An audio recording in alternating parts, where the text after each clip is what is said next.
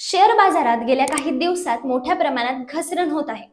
Share बाजारातील या तीव्र घसरणीसाठी देशांतर्गत आणि जागतिक दोन्ही कारणे जबाबदार असल्याचे बाजार विश्लेषकांचे म्हणणे आहे। त्यातील 5 प्रमुख कारणे आपण आज या व्हिडिओच्या माध्यमातून पाहणार आहोत। नमस्कार, मी श्रुती, तुम्ही पाहत आहात माइक टेस्टिंग मराठी। जाणून घेऊयात हे 5 मुद्दे ज्यामुळे शेअर बाजारात घसरण सुरू आहे। त्यातील पहिला मुद्दा, कंपन्यांचे डिसेंबर तिमाहीचे निकाल आतापर्यंत फारसे आशादायक राहिलेले नाहीत। त्यामुळे गुंतवणूकदारांची भावना कमकुवत झाली आहे। बहुतेक कंपन्यांचे निकाल अंदाजापेक्षा कमी आले आहेत। अनेक कंपन्यांचे निकाल बाजाराच्या अपेक्षेपेक्षा खूपच कमी लागलेत। दुसरा मुद्दा म्हणजे कोलंबियाने निर्वासित लोकांना परत घेण्यास नकार दिलाय।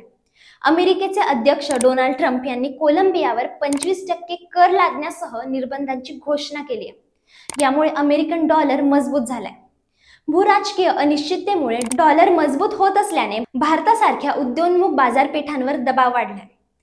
याशिवाय ट्रम्प यांच्या नवीन कार्यकाळात अमेरिका भारत संबंधांच्या दिशेबाबत अनिश्चितता देखील गुंतवणूकदारांची चिंता वाढवत आहे। तिसरा मुद्दा, गुंतवणूकदार सध्या 2025च्या अर्थसंकल्पावर लक्ष केंद्रित करत आहेत। केंद्रीय अर्थमंत्री निर्मला सीतारामन या आठवड्यात शनिवार 1 फेब्रुवारी रोजी संसदेत अर्थसंकल्प सादर करतील। अर्थसंकल्पापूर्वी बाजारात आणखी अस्थिरता येण्याच्या भीतीने गुंतवणूकदार नफा बुक करत आहेत।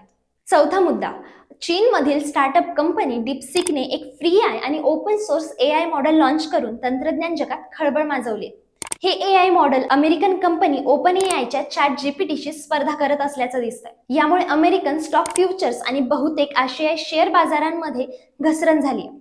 पाचवा मुद्दा, गेल्या वर्षी ऑक्टोबर पासून परदेशी संस्थात्मक गुंतवणूकदार म्हणजेच FPI भारतीय शेअर्सची विक्री करत आहे आणि आतापर्यंत त्यांनी जवळपास 2.5 लाख कोटी रुपये काढून घेतले आहेत। आतापर्यंत जानेवारी महिन्यात त्यांनी 69,000 कोटी रुपयांचे शेअर्स विकले आहेत। शेअर बाजारातील घसरणीचे हे एक प्रमुख कारण आहे। अशाच माहितीसाठी माइक टेस्टिंग मराठीला नक्की फॉलो करा।